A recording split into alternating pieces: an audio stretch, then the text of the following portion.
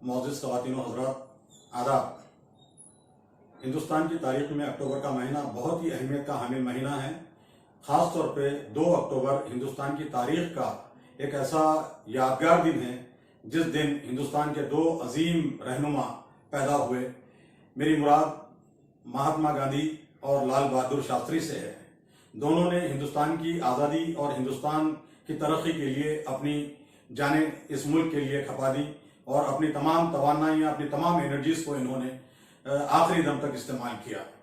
अजीज़ान गिरामी, महात्मा गांधी की पैदाइश 1869 की है और आज इस गांधी जयंती के वक्त आज हमको महात्मा गांधी के जो अजीम खिदमात हैं उनको खिराज अकीदत इस तरह से हम पेश कर सकते हैं कि गांधी जी का जो अहिंसा का जो नजरिया था, अदम तशद्दुद का, नॉन वायलेंस का, उसी नजरिए को हमको आम करना है और इसी नजरिए की वजह से गांधी को तमाम दुनिया एहतराम की नजर से देखती है।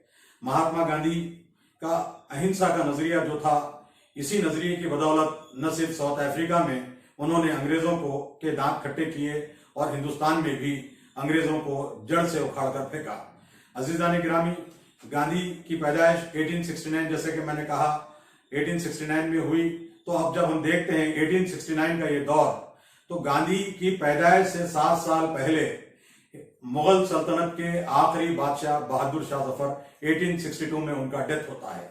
और उसके बाद देखेंगे आप एक बहुत बड़ा फिलोसोफर जिसने हिंदुस्तान को अपनी शायरी के तौर पर बहुत ज्यादा वैल्यूज, फिलॉसफी और मुख्तलिफ चीजों से नवाजा, जो उर्दू और फारसी का बहुत ही अजीम शायर था, जो न सिर्फ मुसलमानों में, उर्दू वालों में, बल्कि दूसरी जबानों वालों में भी उतना ही मकबूल है। मेरी मुराद मिर्जा गालिब से है, जिनकी वफात 1869 में ही होती है, जब महात्मा गांधी के पैदाइश के साल ही।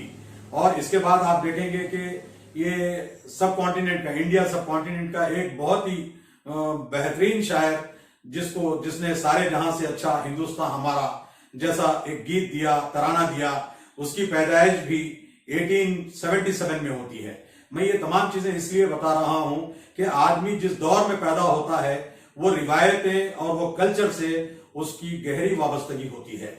महात्मा गांधी ने जब आंख खोली पोरबंदर में, जब गुजरात में आंख खोली, तो वो ऐसा दौर था जबकि अंग्रेजों की जुल्म और सितम की दास्तानें बुलंदियों पर पहुंच चुकी थी। महात्मा गांधी का ताल्लुक एक मुतवस्सित घराने से है। वो बहुत ज्यादा दौलतमंद घराने से उनका ताल्लुक नहीं था और वो अपने माँ बाप की सबसे आखिरी छोटी औलाद थे। आपकी तालीम, इब्तदाई तालीम हिंदुस्तान में हुई, उसके बाद आला तालीम के लिए आप लंदन गए, वहां से बैरिस्ट्री की तालीम आपने हासिल की। जब 1891 में महात्मा गांधी बैरिस्टर बनकर हिंदुस्तान आते हैं, तो आपकी वकालत का जो पेशा था हिंदुस्तान में, वो उतना कामयाबी से हमकनाब नहीं हुआ। तो गांधी को साउथ अफ्रीका को बुलाने के लिए शेख अब्दुल करीम जावेरी, जो मेसर्स दादा अब्दुल्ला एंड कंपनी के एक पार्टनर थे, उन्होंने खत लिखा, क्योंकि दादा अब्दुल्ला कंपनी के कुछ मुकदमात थे साउथ अफ्रीका में। उन मुकदमात की पैरवी के लिए दादा अब्दुल्ला की जानिब से उसी के पार्टनर शेख अब्दुल करीम जावेरी ने एक खत लिखा और गांधी इस तरह से 1892 में साउथ अफ्रीका पहुंच जाते हैं। तो मैं आपको ये बताना चाहता हूं कि गांधी ने जब वहां पे 1892 साउथ अफ्रीका गए, साउथ अफ्रीका में वहां पे काले गोरे छूत छात का बहुत ज्यादा जुल्म था। गोरे कालों का रंग के नाम पर गोरे लोग काले लोगों पर जुल्म ढाते थे। इसी तरह से वहां पे बसने वाले जो इंडियंस थे, इंडियंस को भी बहुत ज्यादा मुसीबतों का सामना करना पड़ता था। मैं आपको ये इसलिए बताना चाह रहा हूं कि असल जिंदगी जो होती है, जो सोशल रिफॉर्मर की जिंदगी महात्मा गांधी की, उसका आगाज साउथ अफ्रीका से होता है। और वो आगाज किस तरह से होता है, मैं ये बताना चाहता हूं कि ये साउथ अफ्रीका को बुलाने वाले महात्मा गांधी को जो शख्स थे, उनका नाम था दादा अब्दुल्ला, और दादा अब्दुल्ला के दोस्त अब्दुल करीम जावेरी साहब, ये दोनों ने वहां पे उनको तलब किया। 1894 में जब ये तमाम चीजों को गांधी ने देखा, वहां पे जिस तरह से हिंदुस्तानियों को और दूसरे काले रंग के लोगों को सताया जाता था, तो उसकी वजह से वो 1894 में वो हिंदुस्तान वापस हो जाना चाहते थे। लेकिन वहां पे दादा अब्दुल्ला और इसी तरह से शेख अब्दुल करीम जावेरी और ईसा हाजी अब्दुल गनी, मोहम्मद कासिम, खमरुद्दीन, आदम मियां खान, दाऊद सेठ, ये तमाम लोगों ने गांधी जी को जब उनकी विदाई की जो तकरीब थी 1894 में जाना चाहते थे, वहां पे उन्होंने गांधी जी से ये कहा कि यहाँ पे आने वाले इलेक्शन में साउथ अफ्रीका में जो हिंदुस्तानी बसते थे, अंग्रेज ये चाहते थे कि आने वाले इलेक्शन में उनको उनके वोट के राइट से डिप्राइव कर दिया जाए, उनके वोट देने के राइट को छीन लिया जाए। ये बात उनके सामने आई तो उन्होंने कहा कि गांधी जी से ये कहा कि इस तरह से हम एक तहरीक चलाएंगे और ये तहरीक के लिए हम आपका साथ देते हैं, आप हमारे लीडर बनकर साथ में रहिए, आपके लिए हम अपनी जाने, अपना माल, तमाम चीजें आपके ऊपर लगा देते हैं। गांधी को वहां पे बहुत ही बेहतरीन लोगों का साथ मिला और मैं ये कहते हुए फख्र महसूस करता हूं क्योंकि गांधी के ये जितने भी साउथ अफ्रीका के कंपेनियन थे, वो कंपेनियन तमाम के तमाम मुसलमान थे। दादा अब्दुल्ला को ले लेंगे आप, हाजी अब्दुल करीम जावेरी को ले लेंगे आप, ईसा हाजी को ले लेंगे, अब्दुल गनी को ले लेंगे, मोहम्मद कासिम को ले लेंगे, कमरुद्दीन को ले लेंगे, आदम मियां खान को ले लेंगे, दाऊद सेठ को ले लेंगे आप। तो इसी तरह से इनके कहने पर, इनकी हिम्मत बनाने पर गांधी जी ने वहां पे रहने का इरादा किया और इन तमाम ने मिलकर एक ऑर्गेनाइजेशन की दाग बेल डाली, एक ऑर्गेनाइजेशन फॉर्म की और उसका नाम रखा नेटल इंडियन कांग्रेस, NIC। इसकी दाग बेल, इसका फॉर्मेशन 1994 में होता है। नेटल का मतलब मालूम होता है कि पैदाइशी, यानी वो हिंदुस्तानी जो हिंदुस्तानी तो थे लेकिन उनकी पैदाइश वहीं हुई थी, वो वहीं पैदा हुए थे, वहीं बड़े पले थे और वहीं के शहरी थे। इसी तरह से उनके हुकूक के लिए, उनके राइट्स के लिए एक एसोसिएशन बनती है जिसका नाम नेटल इंडियन कांग्रेस रखा जाता है और उसके प्रेसिडेंट होते हैं दादा अब्दुल्ला और उसके जनरल सेक्रेटरी होते हैं गांधी जी, महात्मा गांधी जी उसके जनरल सेक्रेटरी होते हैं। मैं आपको ये इसलिए बताना चाह रहा हूं कि हिंदुस्तान एक ऐसा अजीम मुल्क है, यहां पर कभी भी मजहब के नाम पर नफरत की खून की नदियां नहीं बहाई गई, नफरत के नाम पर और मजहब के नाम पर इंसानियत का कत्ल नहीं किया गया। हिंदुस्तान की रिवायत बहुत ही अजीम है और हिंदुस्तान में बसने वाले लोग हमेशा ये अमनो मोहब्बत का ये प्रचार करते हैं और अमनो मोहब्बत के चिराग दिए ये जलाते हैं। गांधी को भी साथ तमाम ये लोगों का मिला था। आप देखेंगे नेटल इंडियन कांग्रेस में सिर्फ गांधी के अलावा कोई भी दूसरा हिंदू मजहब का या किसी और मजहब का नहीं था, तमाम के तमाम मुसलमान थे।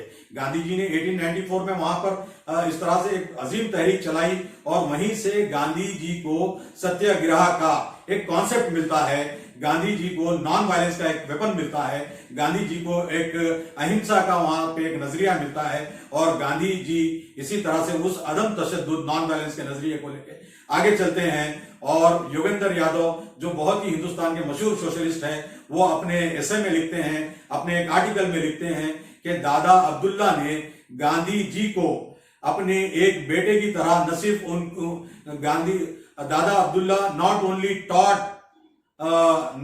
taught Gandhi ji but he also guided Gandhi ji as his son। ये कहते हैं कि वो गांधी जी को अपने एक बेटे के तरह न सिर्फ उनको सिखाया और उनको गाइड किया, बल्कि उनके एक मेंटोर की हैसियत से, उनके बड़े बुजुर्ग की हैसियत से वो हमेशा उनके साथ रहते थे। वो अपने मरते दम तक तमाम अपनी दौलत गांधी जी पे सर्व करते रहे और इनके तमाम जो साथी थे, ईसा हाजी का नाम ले लेंगे, अब्दुल गनी का ले लेंगे, मोहम्मद कासिम का ले लेंगे, खमरुद्दीन का ले लेंगे, आदम मियां खां का ले लेंगे, दाऊद सेठ का ले लेंगे, ये तमाम लोग गांधी जी के बिल्कुल कंधे को कंधा मिलाकर रहे, शाना बशाना रहे और गांधी के कदम से कदम मिलाकर रहे और गांधी पे कोई मुसीबत आने से पहले तमाम मुसीबतों को अपने सर पे लिया। इसी तरह से साउथ अफ्रीका में गांधी जी की जो तहरीक थी, जो मूवमेंट था सत्याग्रह का, वो मूवमेंट बहुत ही कामयाब हुआ। उसके बाद गांधी जी 1915 में हिंदुस्तान आ जाते हैं। तब तक हिंदुस्तान में गांधी जी को कोई नहीं पहचानता और गांधी जी किसी एक सियासी लीडर नहीं थे। ये बड़ी अजीम बात है कि गांधी जी ने हिंदुस्तान आजाद होने के बाद भी किसी पोस्ट को कबूल नहीं किया। किसी पोस्ट को कबूल नहीं किया। वो चाहते तो प्रेसिडेंट बन जाते, वो चाहते तो प्राइम मिनिस्टर बन जाते। ये गांधी की अजमत है कि उन्होंने किसी पोस्ट को कबूल नहीं किया। वो एक आम इंसान की तरह और तमाम हिंदुस्तानियों को अपने दिल में, तमाम हिंदुस्तान को अपने दिल में बसाए रखते थे, तमाम मजहबों का आदर करते थे। आज के इस दिन, गांधी जयंती के दिन, हमको गांधी का जो अजीम नजरिया है, जो उनकी सबसे अजीम वैल्यूज हैं, अहिंसा के वैल्यूज, अदम तशद्दुद का वैल्यूज, नॉन वायलेंस के वैल्यूज, और नफरत से वो जो मजहब के नाम पे जो नफरत थी, नफरत के जो चिराग थे, वो उनको बुझाने की कोशिश करते थे और मोहब्बतों के दिए जलाना चाहते थे गांधी। तो इसी तरह से मैं कहता हूं कि 1915 में गांधी जी यहाँ पे तशरीफ लाते हैं और इस तरह से गांधी जी जब तक कोई भी सियासी तहरीक से वाबस्ता नहीं होते और ना इसी तरह से मेन स्ट्रीम की फ्रीडम स्ट्रगल में वो अपने आप को शामिल करते हैं।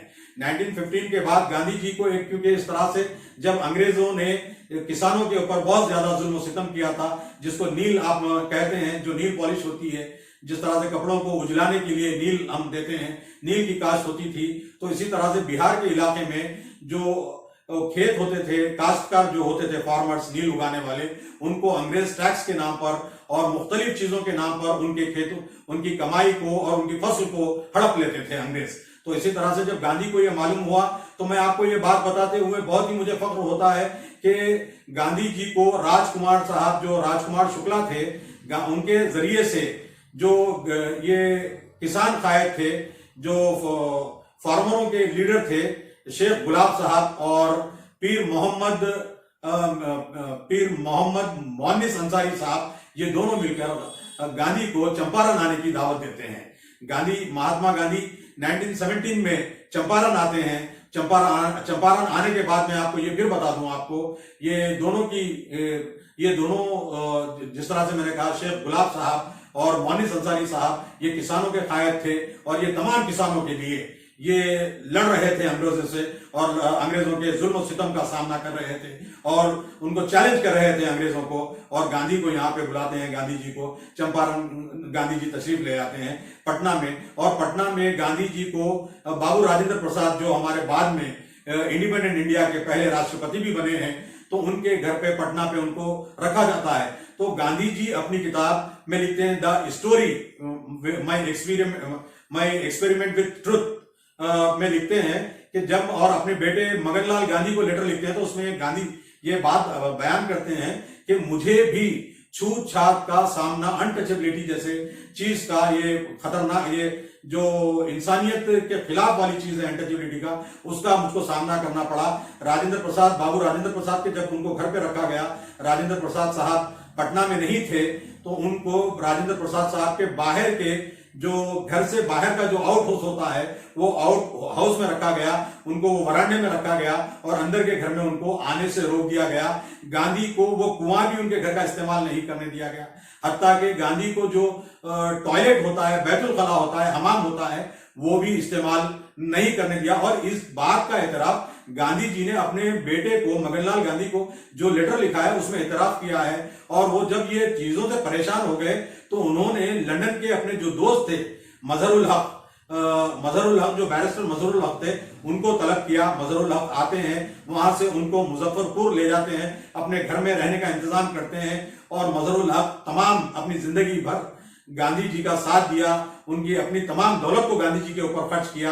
गांधी के जो नजरियात थे, अहिंसा के नजरियात, नॉन वायलेंस के नजरियात, उन तमाम के नजरियात को फरोग देने, उसके प्रोपगेशन के लिए, उसकी पब्लिसिटी के लिए और उसको आम करने के लिए अपनी तमाम एनर्जीज को उन्होंने लगा दिया। इसी तरह से गांधी को चंपारण में ही वो वाकया उनको सामने आता है गांधी जी को, कि जब वो चंपारण जाते हैं तो वहां पे देखते हैं, एक पुल पे से गुजरते हैं तो देखते हैं कि एक वाशर में वुमेन, जो एक धोबन थी, वो अपने थोड़े से लिबास, ऊपर का लिबास उसके जिस्म का नहीं था, अपने साड़ी से अपने सीने को छुपाने की कोशिश कर रही थी। और वो गांधी जी के ऊपर इतना बुरा असर पड़ जाता है उसका, तो गांधी जी वहीं पे देखते हैं कि मेरे हिंदुस्तानी ये लिबास, पूरे मेरे हिंदुस्तानी भाई बहनों को लिबास तक मुयसर नहीं है। तो गांधी जी जब वहां पे इस बात का अहद करते हैं, जब वहां पे ये हलफ उठाते हैं कि मैं जब तक मेरे हिंदुस्तानी भाई बहन मुकम्मल लिबास उनको नहीं मिलता, मैं भी अपने जिस्म पे मुकम्मल लिबास नहीं पहनूंगा। इसी तरह से गांधी जी एक बारिश की लंगोट पहन लेते हैं। देखिए, अपने आराम की जिंदगी को तज देना कोई आसान काम नहीं है। गांधी जी की कुर्बानियों को हम बयान कर देना, लेकिन गांधी के रास्ते पे चलना बहुत मुश्किल है। गांधी के नजरियात को पेश कर देना बहुत आसान है। गांधी जी ने कितनी तकलीफें उठाई, लेकिन गांधी जी के जो दोस्तों के देखेंगे आप, मैं ये बातें इसलिए आपके सामने पेश कर रहा हूं, मैं नफरत आम नहीं करना चाहता, लेकिन जो बच्चे स्कूलों में पढ़ते हैं, कॉलेजेस में पढ़ते हैं, हिस्ट्री को तोड़ मड़ोड़ के डिस्टॉर्ट करके पेश किया जा रहा है। मैं आपको ये बताना चाहता हूं कि इस मुल्क में हिंदू, मुस्लिम, सिख, ईसाई सभी ने अपने खून को बहाया। तो इसी तरह से ये हिंदुस्तान सबका है और हमको सबको मिलकर इस हिंदुस्तान की तकदीर को संवारना है। तो गांधी के जो कंपेनियंस थे वो जिसके ऊपर गांधी बहुत ज्यादा ट्रस्ट करते थे, वो तमाम के तमाम मुसलमान थे। वो तमाम के तमाम मुसलमान थे। गांधी जी जब साउथ अफ्रीका में थे, वहां पे उनके एक दोस्त थे जो मस्जिद के इमाम थे, जिनको वो इमाम साहब के नाम से याद करते हैं, और उनका नाम था अब्दुल कादर बावजीर। अब्दुल कादर बावजीर साहब जो बहुत ही आराम की जिंदगी बसर करते थे, बहुत ही वो इतने पैसे वाले थे, लेकिन गांधी के रास्ते पे चलते हुए उन्होंने अपने तमाम दौलत को लुटा दिया और अपनी आराम की जिंदगी को छोड़ दिया, और फिनिक्स का जो इलाका था साउथ अफ्रीका का, वहां के आश्रम में गांधी के साथ रहे जाके।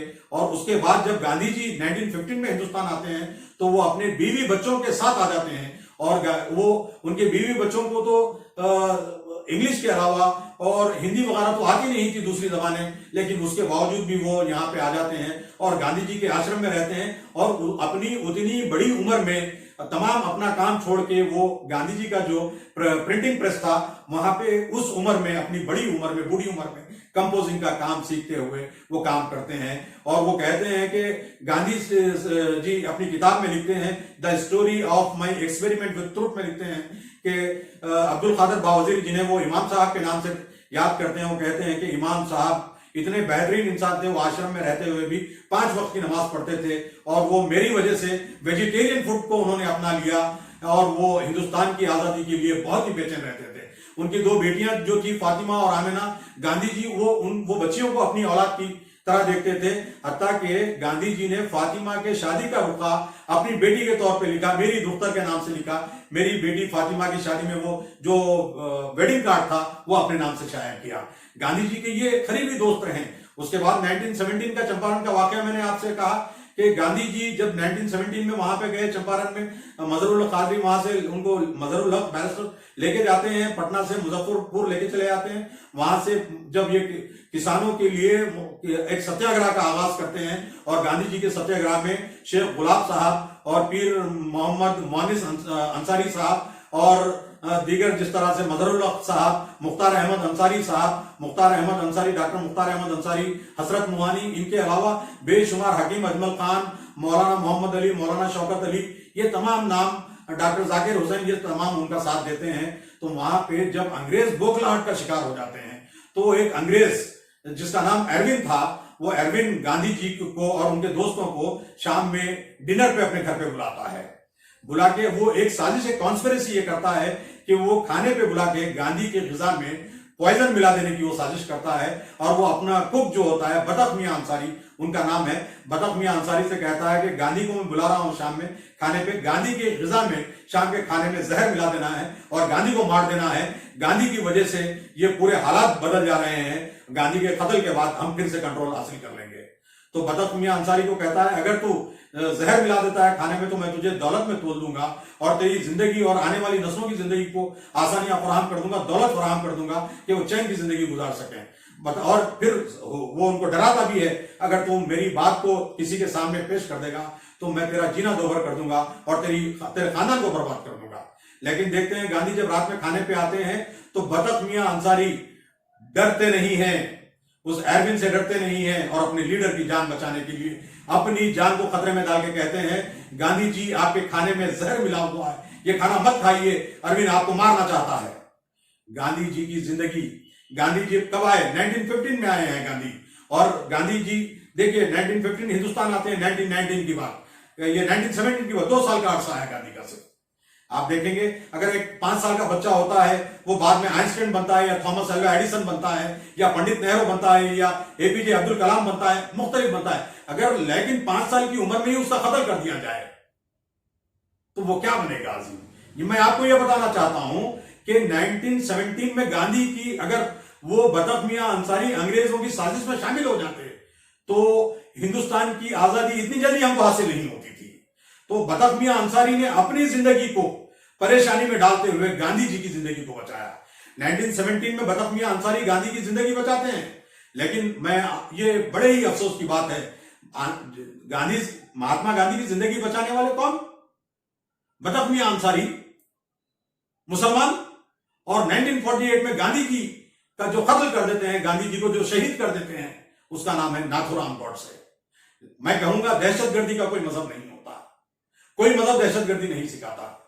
ये नफरत के जो लोग होते हैं, नफरत की उम्र बहुत ही छोटी होती है, नफरत की जिंदगी बहुत छोटी होती है, नफरत ज्यादा दिन पनप नहीं सकती। गांधी ने इस मुल्क को मोहब्बत का, अमन आश्ती का पैगाम दिया है। वही बतख मियां अंसारी ने अपनी जान को, और ये बतख मियां अंसारी की कुर्बानी का तस्करा आजाद हिंदुस्तान होने के बाद बाबू राजेंद्र प्रसाद ने एक पब्लिक मीटिंग में, ये खुद पब्लिक मीटिंग में ऐलान करते हैं कि गांधी जी की जान बचाने वाले बतख मियां अंसारी थे। 1917 में इस तरह से गांधी जी की जान बचाई गई। उसके जब तक गांधी जी जो है मेन स्ट्रीम फ्रीडम स्ट्रगल के मेन स्ट्रीम में नहीं थे, जब तक देखेंगे आप मुख्तार अहमद अंसारी, हकीम अजमल खां, बदरुद्दीन तैयब जी, ये तमाम लोग आपको नजर आएंगे, मुख्तार अहमद अंसारी जैसे नाम, हसरत मोहानी जैसे नाम, मौलाना आजाद जैसे नाम।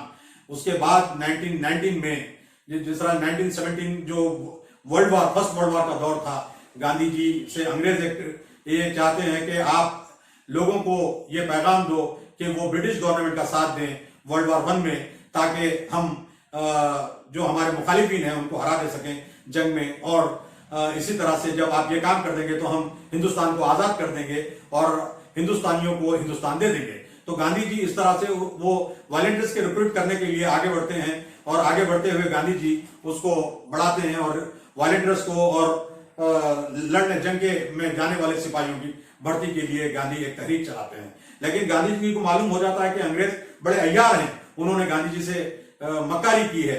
तो इसी तरह से गांधी जी जो वो फर्स्ट वर्ल्ड वॉर के नतीजे में ओटोमन एम्पायर को तबाह कर दिया गया था, सल्तनत उस्मानिया को। तो जब यहाँ पे एक खिलाफत मूवमेंट चल रही थी और हिंदुस्तान की आजादी को आगे बढ़ाने के लिए मौलाना मोहम्मद अली जौहर, मौलाना शौकत अली और उनकी वालदा बी अम्मा आबादी बानो बेगम ये चल रहे थे, तो गांधी मौलाना मोहम्मद अली जौहर से मिलते हैं। मौलाना मोहम्मद अली और जौहर बहुत ही अजीम इंसान है, ये तीन जब अखबार निकालते थे, इंग्लिश में कामरेड अखबार निकालते थे, उर्दू में हमदर्द अखबार निकालते थे, और कई मरतबा इनके अखबारों को बंद कर दिया गया, अंग्रेज इनको सीज कर दिए, इनके प्रेस को, और इनको जेलों में डाल दिया गया।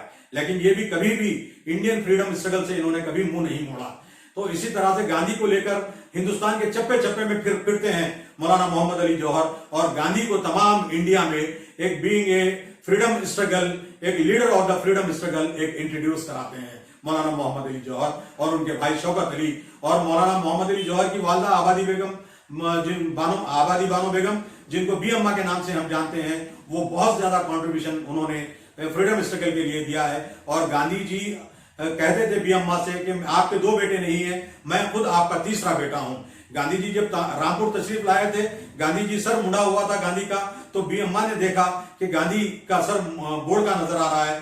बी अम्मा ने एक टोपी गांधी जी को सी के दी और गांधी जी वो टोपी पहने, जिसको हम गांधी कैप के नाम से कहते हैं। गांधी जी को टोपी बी अम्मा ने सी के दी थी, जिसको बाद में गांधी कैप का नाम दिया गया। इसी तरह से महात्मा का जो खिताब है, महात्मा का खिताब भी जो दिल्ली की जामा मस्जिद है, वहां पे मौलाना मोहम्मद अली जौहर ने एक बहुत बड़ा जलसा रखा था, और उस जलसे में मौलाना मोहम्मद अली जौहर ने महात्मा गांधी को, मोहनदास करमचंद गांधी को महात्मा के खिताब से पुकारा, महात्मा के नाम से पुकारा। महात्मा गांधी को महात्मा बनाने वाले मोहम्मद अली जौहर, गांधी जी की जिंदगी बचाने वाले बतख मियां अंसारी, गांधी के ऊपर पैसा लगाने वाले, निछावर करने वाले दादा अब्दुल्ला हाजी ईसा अब्दुल गनी ईसा हाजी और मोहम्मद कासिम, ये इसके बाद आप देखेंगे 1919 के बाद गांधी जी को आप देखते हैं, गांधी जी अपनी किताबों में लिखते हैं जब फ्रीडम स्ट्रगल का दौर चलता है। तो इसी तरह से मुंबई में आप देखेंगे कि मुंबई में एक जो मामला होता है, मुंबई में जब गांधी जी 2 लोगों को, और मैं कहूंगा हाजी मैंने तस्करा किया, मजहरुल खादरी साहब का किया, बतख मियां अंसारी का किया, अब हसरत मोहानी के बारे में कहता हूं। 1922 में कांग्रेस के पहले जो कांग्रेस का एनुअल सेशन था, सबसे पहले कंप्लीट इंडिपेंडेंस, पूर्ण स्वराज का जो नारा दिया, क्विट इंडिया का जो नारा दिया, सबसे पहले मौलाना हजरत मुहानी थे।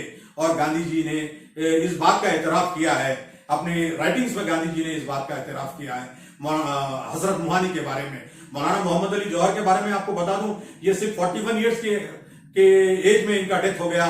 जब ये जेल में थे, इनकी एक ही बेटी थी इनकी, तो जब इनकी बेटी बहुत ही बीमार थी, अलील थी, उसको मूजी मर्ज हो गया था, वो अपने बाप से मिलना चाह रही थी और वो लेटर लिखती है जेल में अपने बाप से मुलाकात के लिए। तो अंग्रेज कहते हैं जाना, तो वो कहते हैं, मौलाना मोहम्मद अली जौहर बहुत ही तारीखी कौल कहते हैं, अगर अल्लाह को तुमसे तुम्हारी सेहत मंजूर नहीं और मेरा तुमसे मिलना मंजूर अल्लाह को मंजूर नहीं है, तो मैं मिलना नहीं चाहूंगा। तो इसी तरह से उन्होंने अंग्रेजों की से कोई भीख नहीं मांगी, कोई मराद, कोई फ्रीडम या कोई इस तरह से कोई रिलैक्सेशन उनसे नहीं मांगा, और बिल्कुल साबित कदमी से आप देखेंगे। अबुल कलाम आजाद की बात ले लेंगे, अबुल कलाम आजाद हिंदुस्तान की तारीख का और फ्रीडम स्ट्रगल का वो वाहिद सिपाही है जिसने 11 साल से ज्यादा अपनी जिंदगी जेल में गुजार दी। और देखेंगे आप उसका एवरेज निकालेंगे तो उनकी जिंदगी का हर 7वां दिन जेल में गुजरा है। और गांधी के सबसे ट्रस्टेड ये एडवाइजर थे गांधी, और पंडित जी भी खुद हर चीज में मौलाना आजाद से हर चीज का मशवरा किया करते थे। गांधी जी को आप कहूंगा मैं, एक बीज जो होता है वो बीज कितना भी अच्छा हो जाए, लेकिन उसके लिए एक जमीन, अच्छी जमीन की जरूरत होती है, माहौल की जरूरत होती है, जब भी वो एक सायादार दरख्त बनता है, समर आवर दरख्त बनता है। ये गांधी बहुत फॉर्चुनेट थे कि उनको इतने बेहतरीन साथी मिले, दादा अब्दुल्ला जैसा एक मेंटोर मिला, और अब्दुल करीम जावेरी जैसा पैसा निछावर करने वाला आदमी मिला, अब्दुल गनी जैसा, हाजी अब्दुल समद जैसा, मोहम्मद मियां खान के जैसा आदमी, आदम जी के जैसे आदमी, और अब्दुल कादर बावजीर जैसे आदमी, और मुख्तार अहमद अंसारी जैसे आदमी, हसरत मुहानी जैसे आदमी, और डॉक्टर जाकिर हुसैन जैसे आदमी, शौकत अली और मोहम्मद अली जैसे अजीम लोग इनको मिले। इन्होंने गांधी जी को बिल्कुल आगे रखा और गांधी जी के पीछे चलने में फख्र महसूस किया। ये गांधी जी के ऐसे ट्रस्टेड कंपेनियंस थे, अगर आप देखेंगे तारीख में इनकी मिसाल नहीं मिलती। इसी तरह से गांधी जी का सफर ये आगे बढ़ता है, और गांधी जी अब कांग्रेस के मेन स्ट्रीम में आ जाते हैं। तो गांधी जी, और एक मैं बताऊंगा गांधी जी के बारे में, आपको वाकया बताऊंगा कि गांधी जी के और एक, गांधी जी ने एक अजीम आदमी, जो 2 अजीम आदमी थे, मुसलमान आदमी, जो मुंबई से जिनका ताल्लुक था, जब जिसको बॉम्बे कहा जाता था, मोहम्मद उमर सुभानी। इनको गांधी जी अपनी किताबों में स्टेज मैनेजर के नाम से याद करते हैं। क्यों स्टेज मैनेजर के नाम से याद करते हैं गांधी जी? तो गांधी जी स्टेज मैनेजर इनको इसलिए कहते हैं कि सबसे ज्यादा कांग्रेस को जो डोनेशन देते थे, फ्रीडम स्ट्रगल के लिए जो डोनेशन देते थे, वो थे मोहम्मद उमर सुभानी। एक मर्तबा ऐसा हुआ कि कई सालों से वो सबसे ज्यादा डोनेशन देते थे और उनका नाम सबसे ऊपर रहता था डोनेशन की लिस्ट में। तो इसी तरह से वो एक मर्तबा ऐसा हुआ कि डोनेशन की लिस्ट में उनका नाम टॉप मोस्ट प्लेस पे नहीं आया, सबसे ऊपर नाम नहीं आया। वो उससे बहुत ही उनके ऊपर ये असर पड़ा और वो बहुत ही मलूल हो गए, बहुत उनको मायूसी हुई, तकलीफ हुई, और कहे कि आज मैं इस हालत में नहीं हूं कि अपने मदरलैंड के लिए कंट्रीब्यूशन सबसे ज्यादा दे सकूं, और उनको हार्ट अटैक आता है और वो वहीं पे मर जाते हैं। गांधी जी ने उनके कंडोलेंस मीटिंग में ये बात को कहा है। गांधी जी खुद इस चीज को एतराफ करते हैं। और एक शॉकिंग न्यूज मैं आपको दूंगा जो उस्मान सेठ के बारे में है, जिनका ताल्लुक कर्नाटक से था, जिनको खिलाफत वाले उस्मान सेठ के नाम से भी जाना जाता है। सबसे ज्यादा कांग्रेस को, और इनको कहा जाता था cash back of Indian national Congress, इनको कहा जाता था कैश बैक। जब भी कांग्रेस को सबसे ज्यादा पैसों की जरूरत पड़ी, उस्मान सेठ ने दिया, तो गांधी जी उनको cash back of Indian national Congress कहते थे। और जब स्वदेशी तहरीक चली और नॉन कॉर्पोरेशन की तहरीक चली, जो बाइकआउट चला बाहर की चीजों का, तो सब चीजों को उन्होंने छोड़ दिया, अपने कारोबार को छोड़ दिया, अपनी दौलत को लगा दिया, हमेशा पैसे देते थे। आखिरी वक्त में ये हालात आए उनके पास कि उनके पास एक दमड़ी नहीं रही, एक पैसा नहीं रहा। तो मुल्क की जब उनके पास पैसे नहीं रहे और कांग्रेस को पैसों की जरूरत थी, तो उन्होंने अपने बेटे को हर्राज कर दिया, और बेटे को हर्राज करके उस पैसे को इंडियन नेशनल कांग्रेस को, इंडियन फ्रीडम स्ट्रगल के लिए वो डोनेशन देते हैं। ये अजीम कुर्बानियां हैं। गांधी को इतने बड़े बड़े, और गांधी जी ने खुद ये तमाम बातों का एतराफ किया है। मैं फिर से कहता हूं, गांधी जी की किताबों को पढ़ने की जरूरत है, गांधी के नजरियात को पढ़ने की जरूरत है। तो गांधी जी को ऐसी अजीम शख्सियतें मिली हैं, और गांधी जी के नाम पे 3 और अजीम शख्सियतों ने अपने नाम पर गांधी के नाम पर अपने नाम को रख लिया, और गांधी के जो नजरियात थे जिंदगी भर उन नजरियात पे वो कायम रहे। सबसे पहले तो आप जानते हैं फ्रंटियर गांधी का एक नाम आता है, जो फ्रंटियर जो इलाका था, फ्रंटियर प्रोविंस जो पाकिस्तान चला गया है, तो वो आजादी के बाद भी उनको यहाँ पे हमारे पास भारत रत्न का उनको अवार्ड दिया गया। फ्रंटियर गांधी, खान अब्दुल गफ्फार खान उनका नाम है।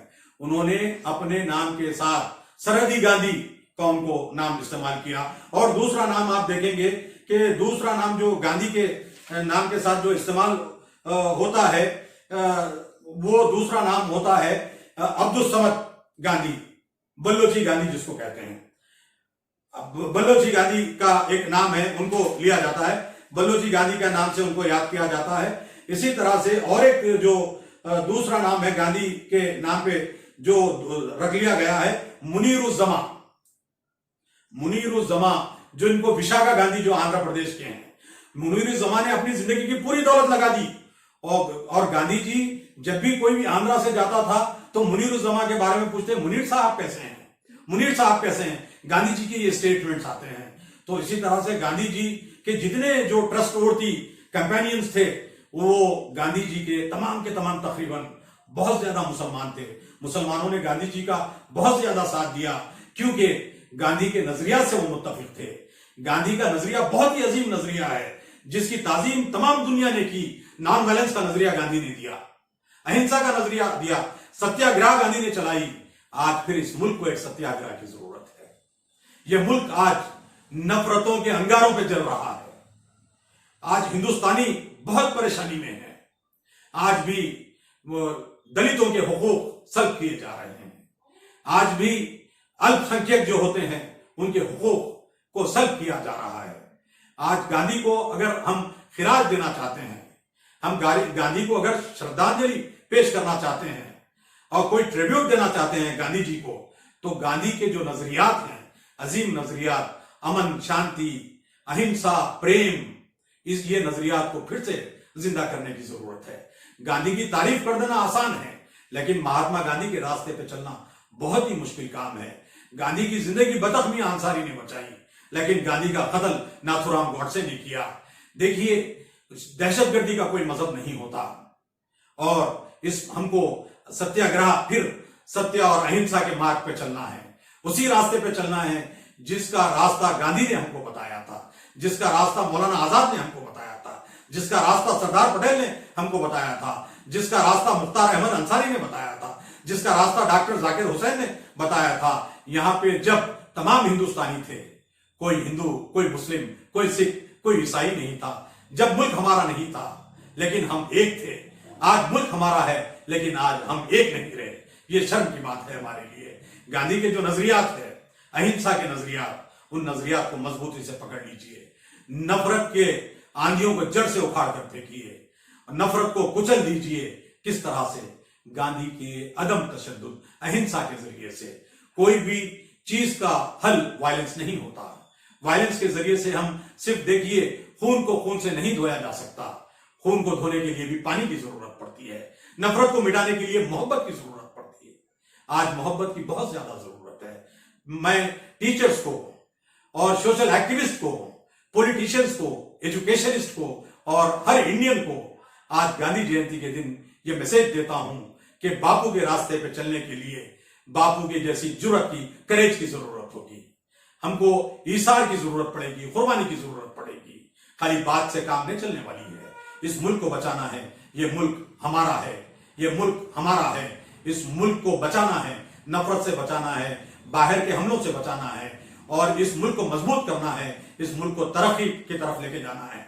और इस मुल्क को हमको जब तक हम नफरतों से नहीं बचाएंगे, ये क्योंकि सदियों से यह मुल्क अमन का, आशिकी का गहवारा रहा। नबी करीम सल्लल्लाहु अलैहि वसल्लम ने, जो प्रॉफेट मोहम्मद थे, उन्होंने भी कहा था कि मुझको हिंदुस्तान से ठंडी हवा के झोंके आते हुए महसूस हो रहे हैं। मेरे कारवां को ठंडी हवा के झोंके जो हिंदुस्तान से नबी ने भी महसूस किए हैं। तो वो ठंडी हवा के झोंके हमको फिर चलाने हैं। नफरत के जो अंगारे हैं उनको बुझाना है, मोहब्बत के दिए जलाना है। आइए गांधी को खिराज पेश करते हैं और गांधी के रास्ते पे चलते हैं।